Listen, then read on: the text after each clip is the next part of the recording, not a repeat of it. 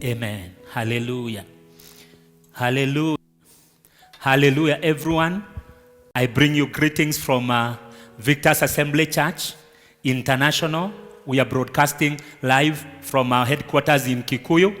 We bless the Lord, for this is the day that the Lord God has made, that we may rejoice and be very glad in it. Our dear viewers, I want you to know that God is still seated as the King over the universe. Nothing has changed. God is in total control. That's why, there are areas that God, you never permit the enemy, no matter how much he's afflicting God's people. There are areas that God, you never permit the enemy to go. That's why, even in the life of Job, God permitted the enemy not to kill Job, not to touch his spirit. So I know there are areas that the Lord God is still in control over, and that's why we are excited. We are excited as we bring the word. We are excited as we worship him today on a Sunday, that God is still in control and the enemy does not have the final say. It is the Lord God who has the final say. I thank the Lord for healing our Bishop Honorable Margaret Wanjiro. We had the other day she came out of hospital. She came out of danger, out of the ICU, and now I think she's getting stronger at home. We thank God because the Church of Jesus Christ was praying for her, and that is an answered prayer. We also want to condemn. We want to condemn sharply what happened in America, the killing of a black man by a policeman. That man was pressed on the neck and he died shouting, "I cannot breathe, I can't breathe." We condemn that with all sincerity, because it is evil for any man to take another man's life. Life is precious. Life is life has sanctity in it. It is only God who gives it, and it is only God who is supposed to take away life. We condole the family of that man I think it is in Minnesota. We condole with them, and we pray that the Lord God will encourage them and give them peace. We continue praying for the president. We continue praying for the deputy president. We continue praying for the government, for the minister of health, Honorable Mutahi, and we pray that God shall continue to give them wisdom, even to know what to do at every particular time. I know many people are expectant about the date number 6 in this coming month. I don't know what the president will say, but whatever he says, we know that it shall be from the Lord, because God is giving him wisdom every day to lead us and guide us in the paths of wisdom and even divine protection. We thank the Lord. Our dear viewers, we are talking today. We are continuing in part 2. I bring you part 2 of what I titled, enjoying financial breakthroughs in hard times. Today, I want to zero in on what I call 7 secrets to staying financially afloat in crisis. 7 secrets in staying financially afloat in crisis. Father, in the name of Jesus, I bless your name. I bless your holiness. I bless the person that you are, the Lord God of all flesh. I thank you for this opportunity to share with your people the word that abides forever. Heaven and earth shall pass away, but the word of God shall remain forever. And that's why, Jehovah God, once again, I hide myself behind the cross of Calvary. I pray that you touch my lips of clay and let them communicate the very oracles of God from heaven. I take power and authority against every contrary spirit that would want to hinder the smooth flow of the word of God, that would want to hinder the smooth flow of the Spirit of God. And I decree this is the hour of the Lord. Father, as your people hear you, I pray that they'll hear you on the frequency of heaven and not the frequency of carnality of the flesh or the earth. Jehovah God, I pray that as I speak, let there be power to heal, let there be power to deliver. As I speak the word, let there be illumination. The Bible says that the words enters us and it gives us light and changes the simple even to those that could be called the understanding. I pray that there shall be an entrance of the word, even to make us understanding. Thank you, Lord. Take over, Holy Spirit. Use me for this time, and so shall it be. In Jesus' mighty name we pray. So I bring to you what I title 7 secrets to staying financially afloat in crisis or hard times. I know we defined what crisis is. We defined what hard times are. We also went ahead and defined what financial breakthrough means. And we said financial breakthrough is when you live above poverty. It is when you enter financial freedom. It is when all your needs are met. It is a display. It is a playing out of Philippians 4:19, where the Bible says that God shall supply to all my needs according to his riches in glory, even through Christ Jesus Christ. So it is, when you talk about financial breakthrough, we are talking about all your needs being met. We are talking about you living above poverty. It is when you live in the area and the zone of enough or more than enough, because we say there are three dimensions. There are 3 dimensions where people operate financially. Number 1, we talked about less than enough, and that is where poverty dwells. And then we talked about enough, that is the beginning of your journey financially. And then we talked about more than enough, and that is where prosperity, and that is where financial breakthroughs are. Today, I don't want to go back. In the interest of time. I want us to go straight and look at the 7 secrets of staying financially afloat in hard times or times of crisis. These are secrets, and as you realize, all of them will begin with the letter F. Number one secret, because today I wish to bring you 3 or 4, actually 4. I wish to bring you 4, so that by Sunday I bring you 3 more, and then we take the Holy Communion. So today I'm bringing you 4 secrets of staying financially afloat in crisis. And then number 1 is what we call full obedience to God. I want to begin by saying that obedience is the first law of life in the kingdom of God. Obedience is the first law of life in the kingdom of God. Full obedience to God, not partial, not delayed obedience, because partial and delayed obedience equals disobedience, but full obedience when you're fully obeying the Lord. And when I talk about full obedience, I'm talking about obeying by doing, because you cannot obey and fail to do. In 1 Samuel chapter 15 verse 22, we begin the journey looking at the seriousness in the word of God concerning what we call obedience. And Samuel said, had the Lord as great delight in burnt offerings and sacrifices as in obeying the voice of the Lord. God does not delight in burnt offerings and sacrifices. He delights in you obeying his own voice. Behold, to obey is better than sacrifice, and to hearken than the fat of rams. So the first secret for you to stay financially afloat is to make sure that you obey the voice of God, you obey the word of God, you obey the statutes and the commandments of the Lord. Hear me. Abraham, we looked at Abraham last Sunday by the grace of God, and we saw that Abraham, even in the midst of hardship, he continued to prosper and prosper. Can you imagine in Genesis chapter 20, we see a foreign king Abimelech taking away the wife of Abraham. But do you know, in the dream of the night, God appears to that man and tells him, you're already a dead man because you have taken someone's wife. And God told him, return back this woman, because the husband is a prophet and he will pray for you. And the sickness that had entered the palace, as long as Abraham was praying, the sickness, as long as Abraham prayed, as long as Abraham prayed, the sickness was taken away. Why? Because Abraham was a prophet. Actually, it is the first mention of the word prophet in the Bible. The king was told, the man is a prophet. He will pray for you, and you shall be healed together with your own household. And you know what? Even in that hardship, when the king was returning Sarah, he took Sarah together with a lot of gold and silver and prosperity. Why? Because Abraham was an obedient obedient man. In Genesis chapter 22, in Genesis chapter 22, verse 15 to 18, we see that Abraham was an obedient man, and that's why he kept on prospering, even in hardship. Can you imagine? He received money in the place of death. He received silver and gold from that king. And the angel of the Lord called unto Abraham out of heaven the second time. And the angel called to Abraham the second time and said, by myself have I sworn, said the Lord, for because thou hast done this thing.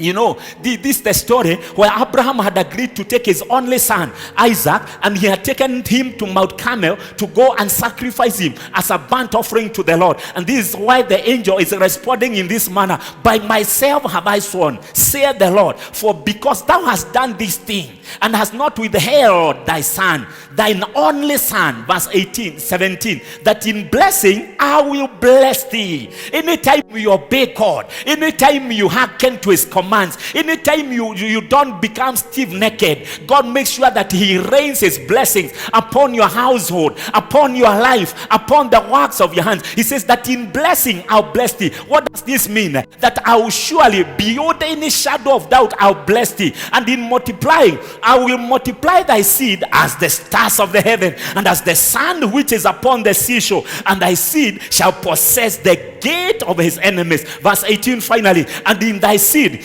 shall all the nations of the earth be blessed, because thou hast obeyed my voice. My dear viewer, I want you to know that when you obey the voice of God, when you obey his commands, when you obey his instructions, God has committed himself to bless you even beyond your wildest imaginations. That's why he's telling the man Abraham that in blessing I'll bless you. Meaning, even if all the witches gather together, even if there is a curse in your father's house, even if all your haters gather together and they were enchanting and they were incanting and they were cursing you, they can do nothing, because God is promising, in blessing I'll bless you, in multiplying I'll multiply you. My dear viewer, I want you to know that the foundation of every miracle, the foundation of every miracle in the kingdom of God is obedience.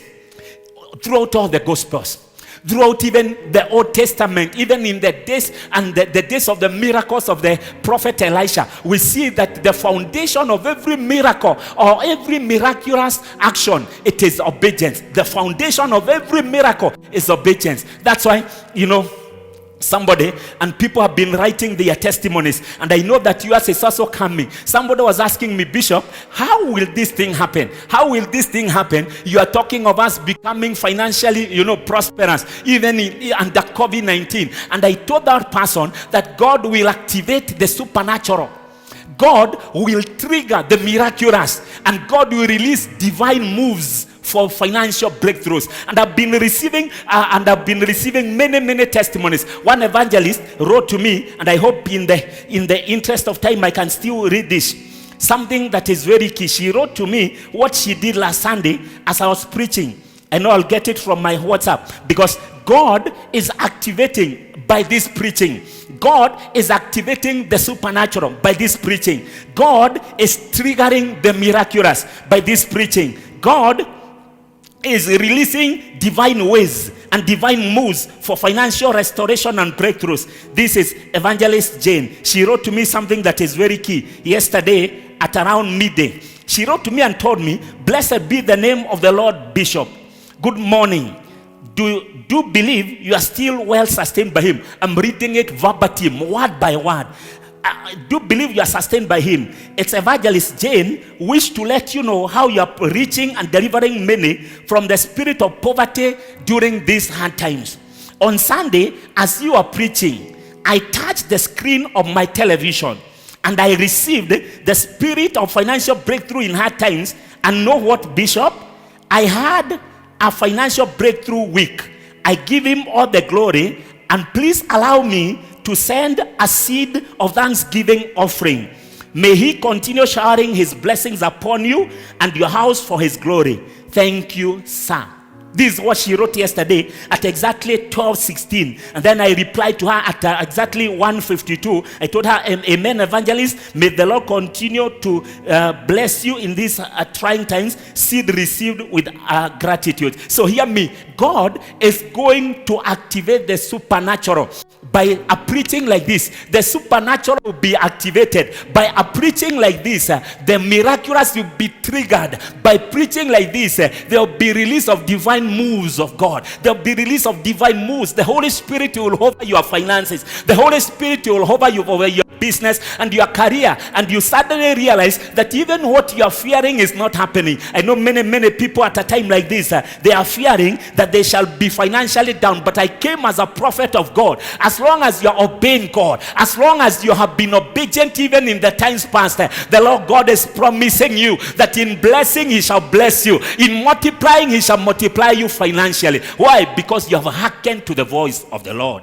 So commandment number 1 is that, and this is the secret number 1, fully obey God. Fully obey God. Fully obey God. And we are saying there is no full obedience without doing. That's why in Matthew chapter 7 verse 24, Matthew chapter 7 verse 24, talking about the builder that built his house on the rock, and the other one that built on sand. Therefore, whoever heareth these things of mine and doeth them, the emphasis here, doeth them. You must do the hearings of the Lord. You must do the word of God. Whoever heareth these things of mine and doeth them, I will liken him unto a wise man which built his house upon a rock. Amen. And the rain descended, and the floods came, and the winds blew and beat upon that house, and it fell not. It could not fall, because obedience establishes you. Obedience establishes you. It doesn't matter the wind that is blowing. It doesn't matter the rain that is falling. It doesn't matter the floods that are coming. The Bible says, and the rain descended, and the floods came. This is talking about afflictions. This is talking about oppressions and attacks. And the rain descended, attack from above. And the floods came, attack from the ground. And the winds blew, attack from nowhere, where you cannot master, where you cannot say where it is coming from, where it is going, because the wind stands for mystery, and beat upon that house, and it fell not, for it was founded upon a rock. Verse 26, and everyone that heareth these things of mine and shall do them not shall be likened unto a foolish man which built his house upon the sand. If you continue reading, the Bible says this man, foolish man, that built his house upon the sand, when the rain descended, when the wind blew, when the floods came, the house could not stand, and great was the ruin of that house. Why? Because this man is not a doer of the word of God. There is no obeying the commandments of the Lord without doing the same commandments of the Lord. That's why in Job 36 verse 11 to 12, the Bible says, if you obey 36, in Job chapter 36 verse 11, Job 36 11, the book of Job, J-O-B. If they obey and serve him, they shall spend their days in prosperity and their years in pleasures. Meaning there is something more than prosperity. It is called pleasure. If they obey and serve him, they shall spend their days in prosperity and their years in pleasures. Meaning when you obey, your days shall be full of prosperity. When you obey God, you obey his commands, you obey his dictates. When he tells you do not be a fornicator, obey. When he tells you pay your tithe, obey. When he tells you do not hate your neighbor, obey. When he tells you forgive all those who hurt you, obey. As you continue obeying, you enter a dimension in the spirit where your finances shall be made available even at destruction and famine. You shall continue to laugh. Hallelujah. I know you are enjoying this right way back at home. Let us see verse 12, the opposite of that, because even in that Matthew 7:24, we looked at the antithesis or the opposite of what the first person did. But if they obey not, they shall perish by the sword. Meaning those that are disobedient. At a time like this, COVID will scatter their finances. COVID-19 will scatter their income. If they obey not, they shall perish by the sword, and they shall die without knowledge. My dear viewer, I want you to know that obeying the commands of the Lord, obeying the word of the Lord is the first secret. It is the first secret to making sure that you stay afloat financially, so that you cannot sink. God will release the supernatural. God will release his divine moves. God will release the miraculous, so that you'll be eating miraculously. You'll be driving miraculously. You'll be paying your house rent miraculously. Why? Because as you enter the dimension of obedience, God makes sure that others may suffer minus you. In Joshua chapter 1 verse 8 and 9, verse 8 to 9, the Bible again talks about Joshua being told how by God how to be a doer, observe to do the word of God. He said, this book of the law shall not depart out of thy mouth, but thou shalt meditate therein day and night, that thou mayest observe to do according to all that is written therein. For then, when you do whatever that is written therein, for then when you do whatever is commanded therein, what will happen? You shall make thy ways prosperous, and then thou shalt have good success. This book of the law shall not depart out of thy mouth. You shall meditate upon it day and night, and observe to do whatever is written therein. Be a doer, be obedient. As you're becoming obedient to the word of God, as you're becoming obedient even to the instructions of the word, you make sure that you trigger the miraculous. You activate the supernatural. You begin to receive the divine moves of God, even financially. My dear viewer, we can talk about obedience until tomorrow, but in the interest of time, let's go even to what we call secret number 2. The secret number 2 to making sure that you stay afloat financially is making sure that you're walking in what we call foundational righteousness. So foundational righteousness. Foundational righteousness. I want to say this before I continue. That, there has been a preaching for many years, and I'm not here to rectify.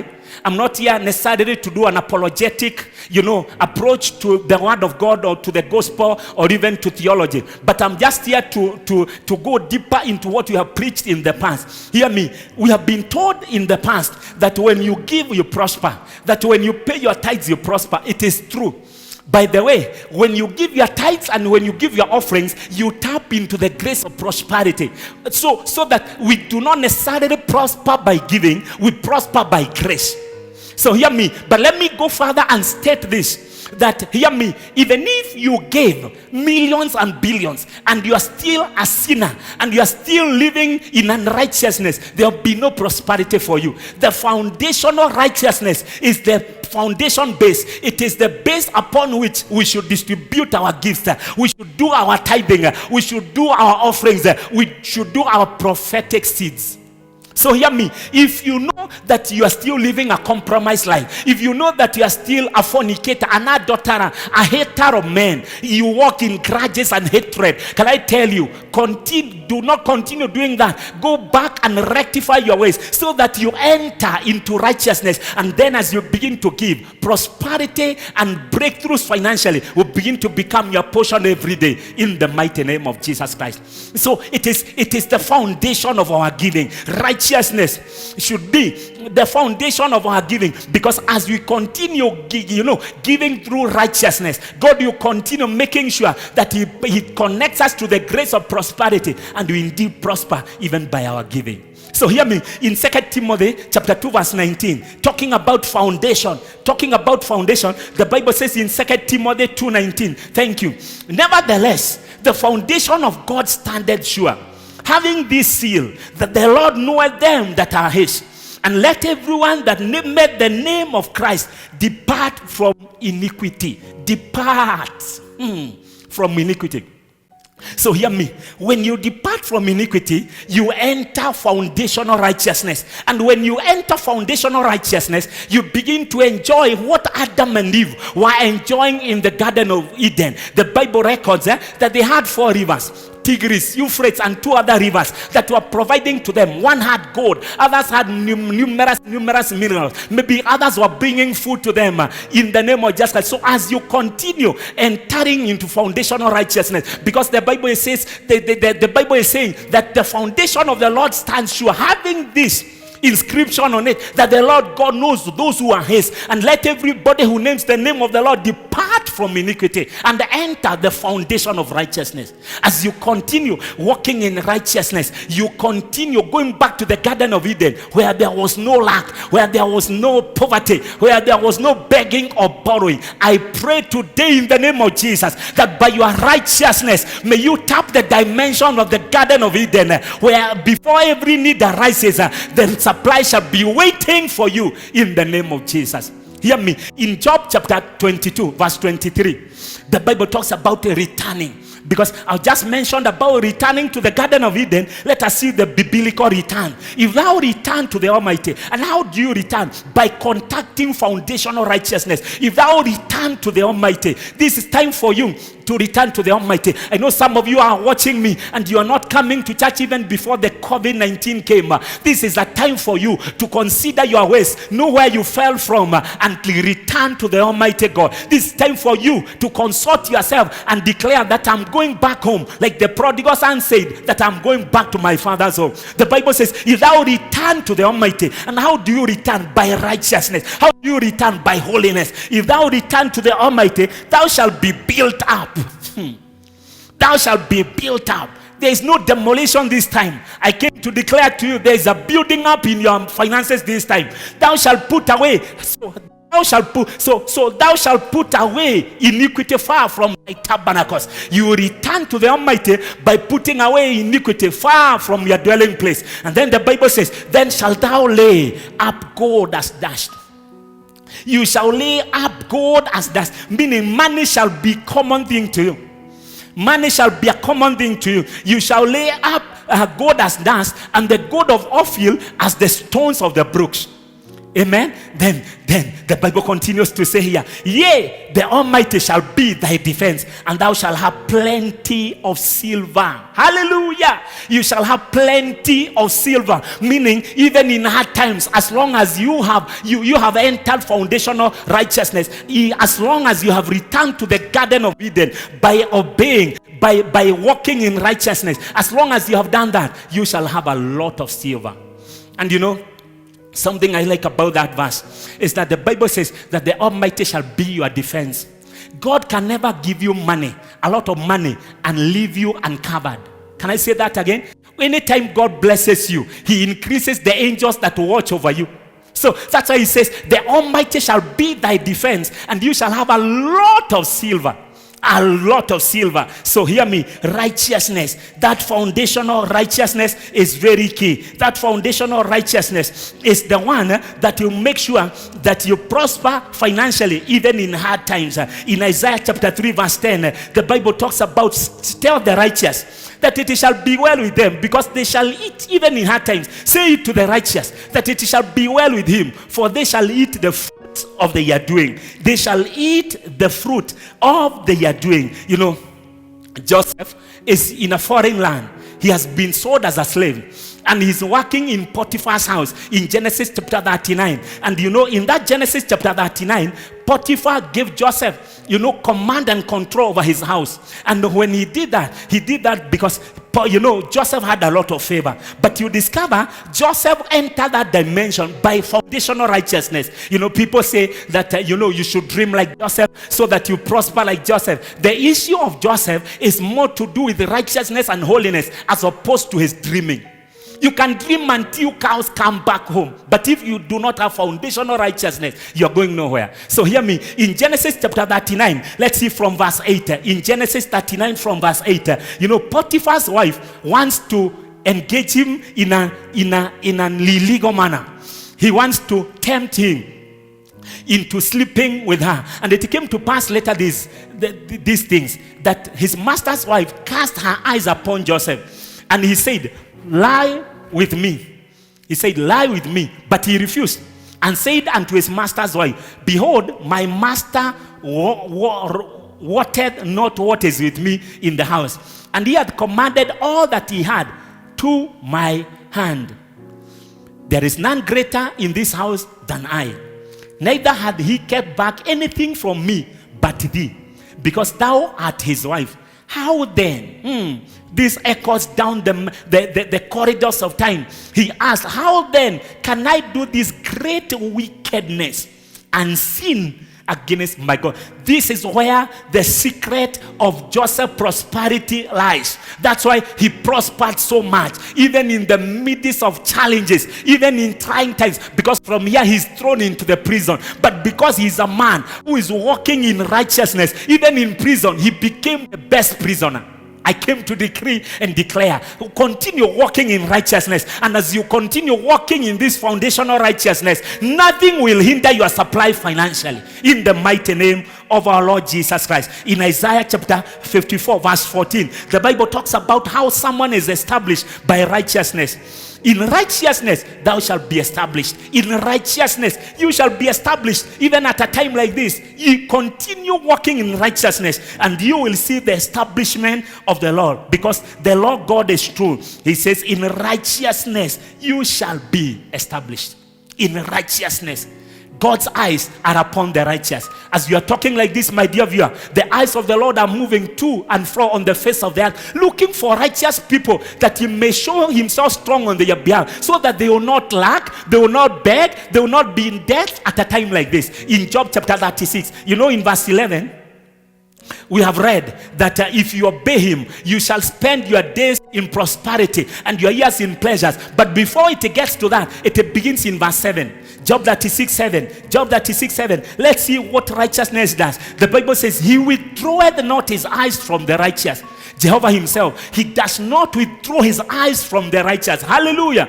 He does not withdraw his eyes from the righteous. His eyes are always looking. His eyes are always focused on the righteous, so that he'll make sure that the righteous are not begging. The righteous are not living on their belly in a beggarly lifestyle. He withdrew not his eyes from the righteous. But with kings are they on the throne.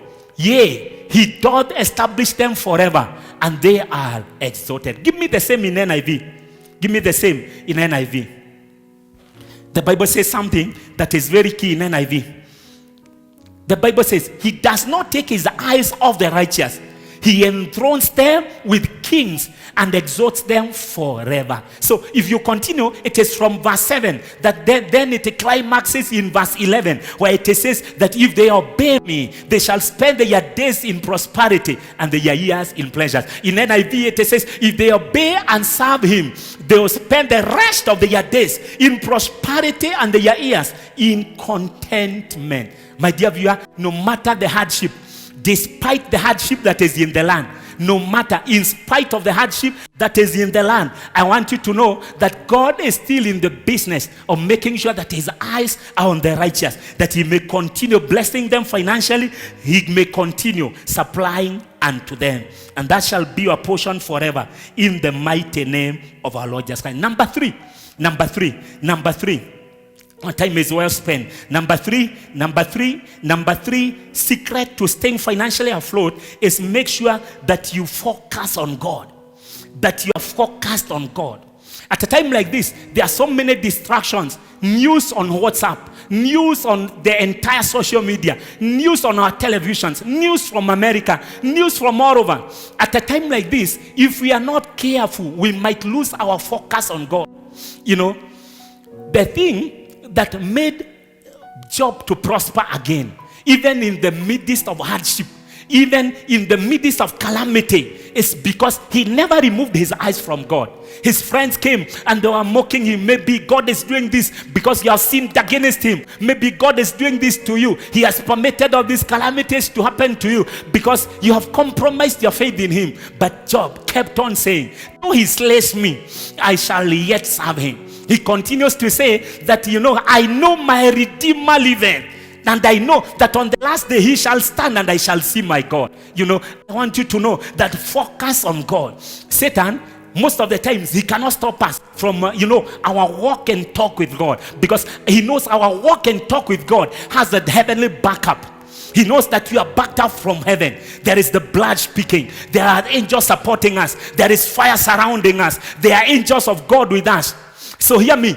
He knows he cannot hinder. But what he does, in your walk and talk with God, he can distract you, so that you remove your eyes from the Lord. That's why in the book of Numbers chapter 21, when they were in hardship in the wilderness, the Lord God told Moses, tell my people, immediately they are beaten by the fiery serpent, let them look at the brazen brazen serpent that Moses had constructed through the command of the Lord. Focus on God. Focus on God. Do not focus on your challenges. Hear me. Christianity is not about solving problems. Life, actually, not only Christianity. Life is not about a matter of solving problems. Don't come to church to solve problems. Because when the enemy knows that your life is problem-centered, that you always look for solutions to your problems, he will multiply calamities and challenges in your life. So your life and your Christianity should be God-focused, should be God-based. Do not have a Christianity that is need-based, that you're always looking for Jesus, that even on this show you're looking so that you may have money. You'll get money, but let your objective be higher than that. Let your objective be worship, so that your eyes are focused on the Lord. You are telling him, though they slay me, though there is no money, though there is no money in my bank account, though I lost my job, I shall yet serve you. You say like Job in Job chapter 3, in Habakkuk, you say like Habakkuk in Habakkuk chapter 3 verse 17. That though there are no sheep in the stores, though the vines are not producing, yet I shall praise the Lord. Let's see that from Habakkuk chapter 3 verse 17. Although the fig tree shall not blossom, neither shall fruit be in the vines, the labor of the olive shall fail, and the field shall yield no meat. The flock shall be cut off from the fold, and there shall be no herd in the stores. Verse 18. Yet, this is the disclaimer now from the previous verse. Yet I will rejoice in the Lord. I will joy in the God of my salvation. Then what will he do? The Lord God is my strength, and he'll make my feet like hinds feet, and he'll make me to walk upon mine high places. Meaning, when you praise the Lord, when you focus on the Lord, even in the midst of challenges, something different will happen. That's why he says he will make my legs like the hinds feet, and I shall walk upon my high places, to the chief singer on my stringed instruments. So focus on God. This is a time to become a real worshiper. This is a time for you to become an addicted worshiper, so that whatever is coming out of your mouth is that God is in control. When they tell you we are all going to, I heard when I was coming here that, on radio, I heard that it is in one of the newspapers, in one of our dailies, that there is a projection that tens of thousands of Kenyans will die because of COVID. Can I tell you something? We refuse such an evil prophecy. When others are saying there is a casting down, we shall say there is a lifting up. When others are saying we shall die, we shall declare we shall not die but live to declare the goodness of the Lord. And I want you to pray, my dear viewer, and until in a dream of the night you see yourself after COVID-19. I saw myself preaching here after COVID-19 last night, and when I woke up I told God, why did you show me that? He told me, I wanted to show you that you'll move through COVID-19. You shall not die but live to preach my word. I declare in the vision of the night, the Lord God will show you and your family, even after this calamity is over, you will see yourself better than where you are right now. So be focused on God. Do not be so much problem oriented. Do not be so much problem focused. Focus on the Lord, because as you focus on the Lord, the Bible says in that Psalms 35 verse 4, that they looked unto him and they were lightened. Check it. It is Psalms 34 verse 5. 34 verse 5. The Bible says they looked unto him and they were lightened, and they were not ashamed. For 34 verse 5. Check 34 verse 5. They looked unto him and they were lightened. Amen. They looked unto him and they were lightened, and their faces were not ashamed. This is a time to look unto the Lord, so that you are focusing on him. In Isaiah chapter 50 verse 7, the Bible talks about, I shall set my face like a flint unto the Lord. Isaiah 57 verse 7. Isaiah chapter 50 verse 7. The Bible talks about focusing on the Lord. Chapter 50 verse 7.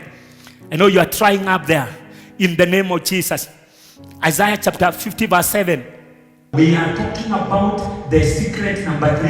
And this is the secret of being focused on God. In Isaiah chapter 50 verse 7, we were saying, for the Lord God will help me. Therefore shall I not be confounded. Meaning, I will not let my challenges, I will not let my needs overwhelm me. Therefore have I set my face like a flint, and I know that I shall not be ashamed. We focus on God. This is a season to focus on God. Be a worshiper. Remove your eyes from your problems. That's why once again, I remind you about Numbers 21. They were told, do not look at the serpent that is biting you.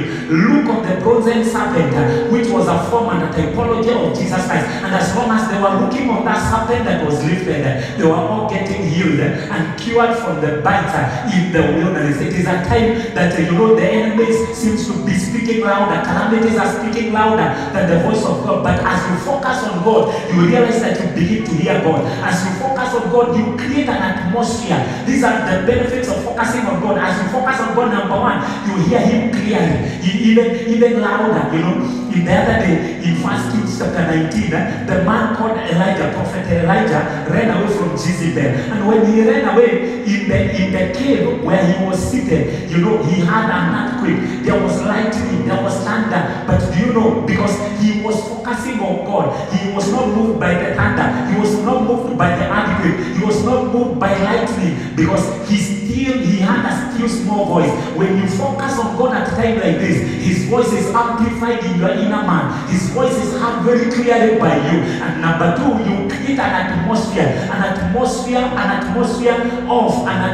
of the miraculous, an atmosphere where heaven will easily visit you, an atmosphere where the miraculous will happen without a lot of struggle. That's why you need to focus on God. Refuse to be overwhelmed by your challenges. In Isaiah 26 verse 3, the Bible says, great peace have they that rest their minds on God, stay their minds on God. Isaiah 26 verse 3.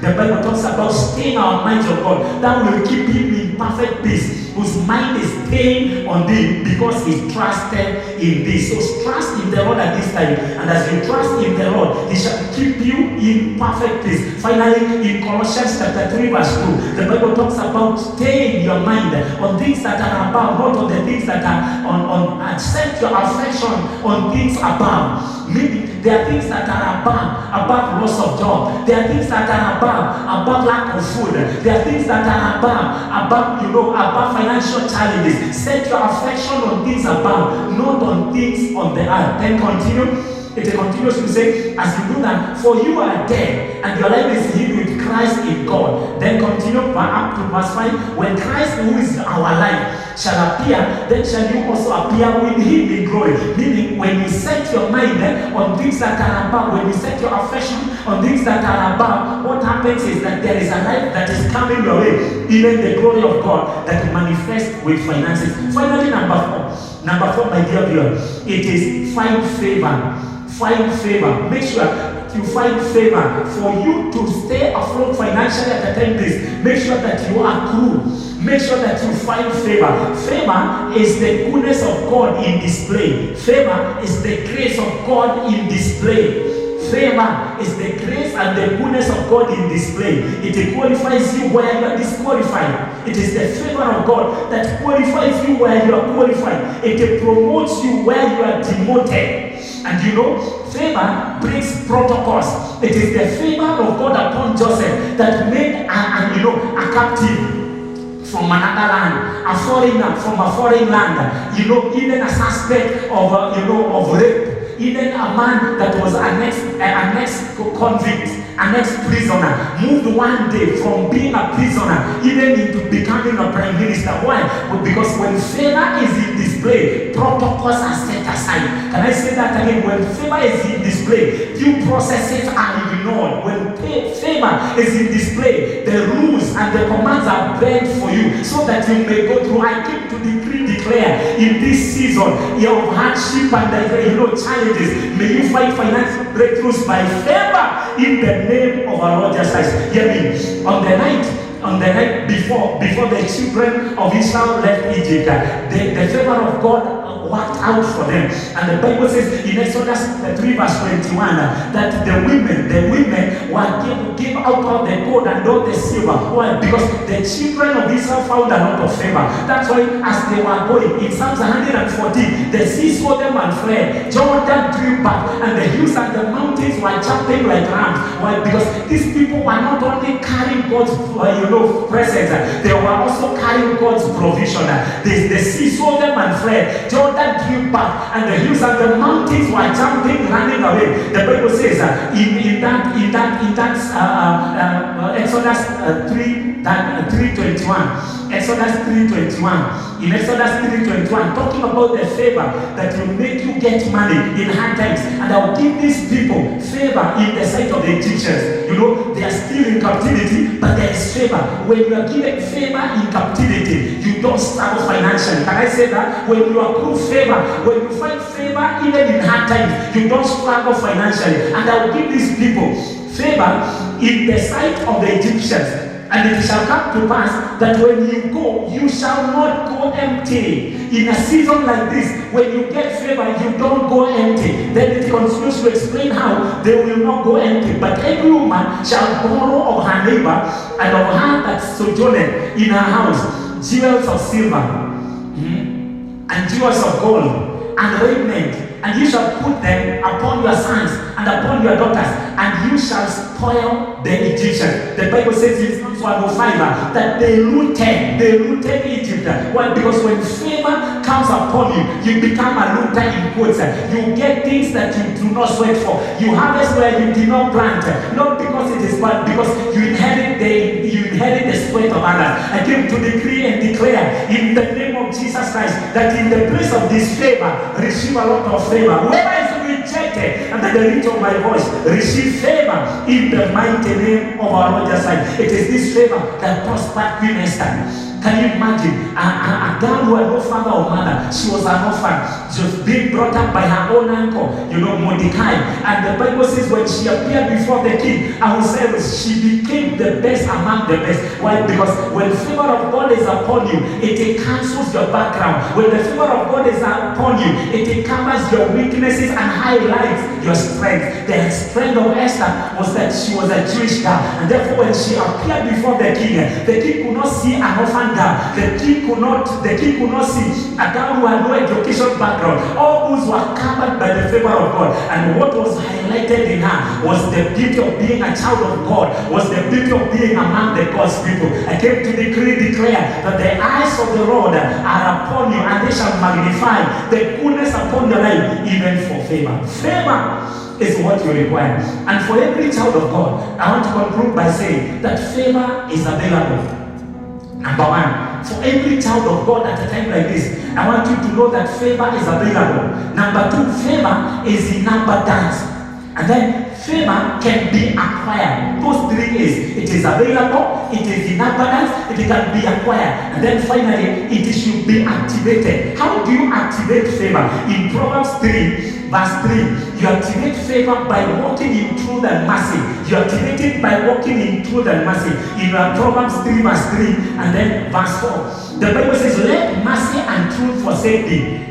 Let not mercy and truth forsake thee. Bind them upon thy neck, write them upon the table of thy hand. Then what happens because of mercy and truth? So shalt thou find favor and good understanding in the sight of God and man. Because there are two dimensions of favor. The favor that we have horizontally with one another, the favor of man, the favor that we get from men, and then there is also the vertical favor, the favor that we get from God. That's why in Luke chapter 2 verse 52, the Bible says Jesus grew in stature and in wisdom, and he had favor both with God and men. That's why the Bible is saying that when you get truth and mercy, you shall find favor both with men and with God. In the same Proverbs 13:15, the Bible talks about how good understanding. So number one way to activate favor is get mercy. Number two, get truth. And then number three, get good understanding. The Bible says good understanding giveth favor. Good understanding giveth favor. Be understanding. Be understanding by the word of God. Understand those who are suffering at a time like this. And as you do so, you will accrue a lot of favor.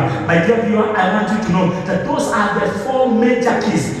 Four major keys that I've talked about today. The key number one of full obedience. The key number two of foundational righteousness. The key number three of focusing on God. The key number four of finding favor or accruing favor. Favor prospered Joseph. Favor made him become a prime minister even in the land of Egypt. Amid this hardship, Joseph was not suffering. Even as the brothers were suffering, he was not suffering. Because when you find favor, you get financial breakthroughs even in spite of the challenges that are in the land. The Lord God bless you. I know you have been blessed. Continue believing God for financial breakthroughs at a time like this. Continue believing God for the miraculous. And because as you do so, the Lord God will show himself mighty on your own behalf. God bless you, and may you never lack. May you never suffer hunger. In the name of God the Father, the Son, and the Holy Ghost. Bye-bye, and until Sunday, see you as I bring part 3 on 3 more key secrets to stay financially afloat, even in the midst of challenges. God bless you.